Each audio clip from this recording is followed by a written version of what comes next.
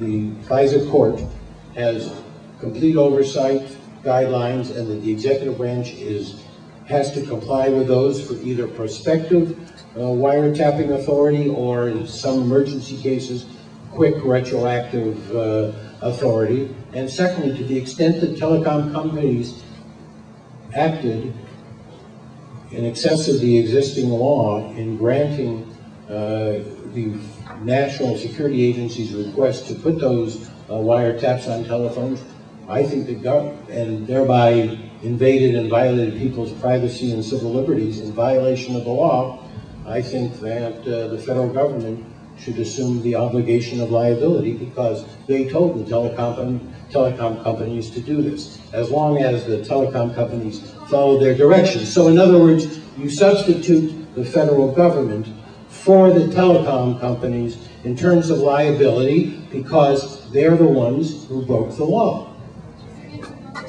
Sidonia Lax wants to know, can you please explain the status adjustment program for millions of undocumented workers in the United States?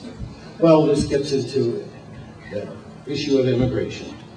And ironically, the way things are sorting out, and assuming John McCain is the likely nominee, you have 3 candidates for president, notwithstanding the huge anger over this issue and the crisis that the issue of illegal immigration has created. You have 3 candidates who fundamentally agree, and I agree with them, on what you got to do.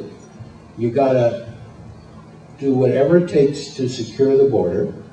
You got to create, and this is most important, an employer verification system that allows you to check on the status of a person who's applying for a job in your company and get a very quick response about whether that person's authorized to work. And you'll have to use biometrics and other forms to make that whole system work, and it's complicated. It's going to take some time to put in place.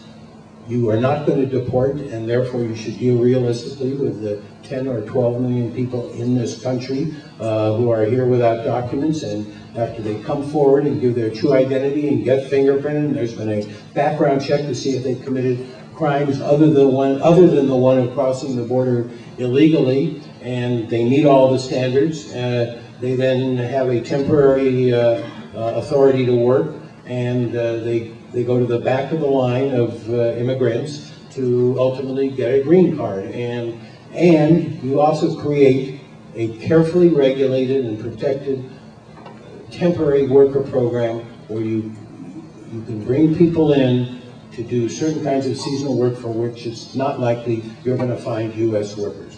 Right now in agriculture in California, 90 to 95% of the seasonal workers are undocumented. We would not have a fruit and vegetable industry in this state without undocumented workers.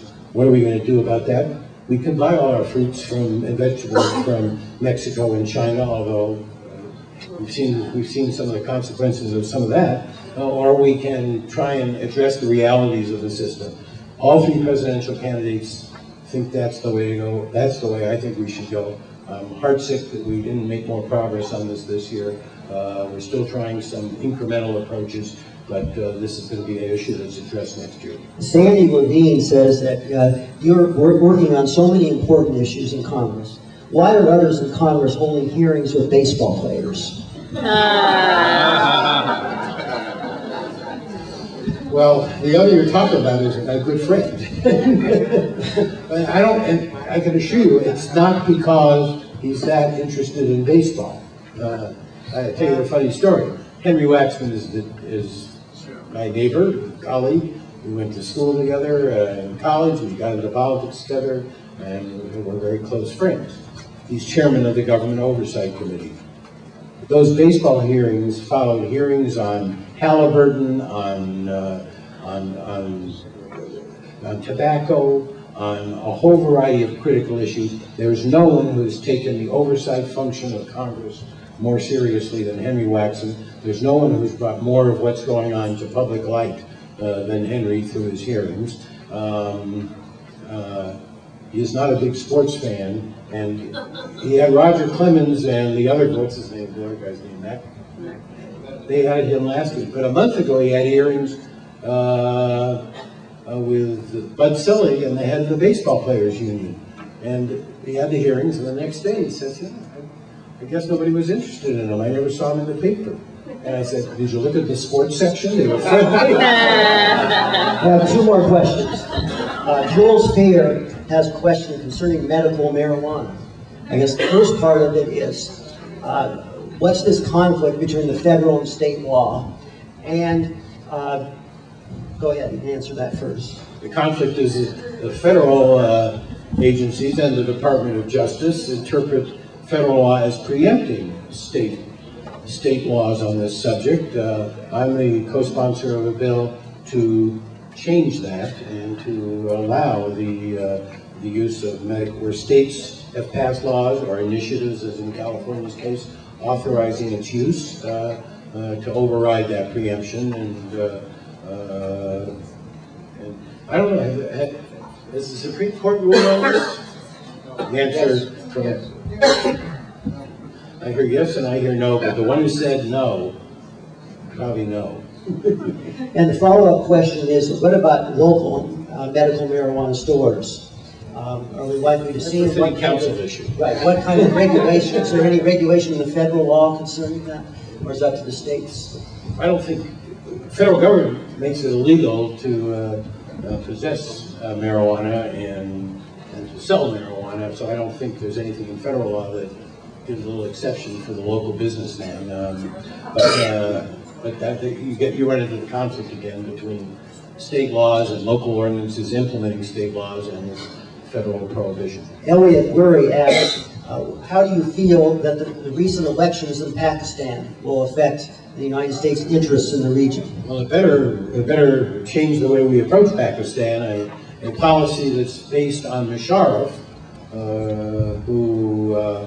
who has been very spasmodic in his support for our fight against what's going on the border of Pakistan, where both the Taliban and Al-Qaeda have sanctuaries still, and has only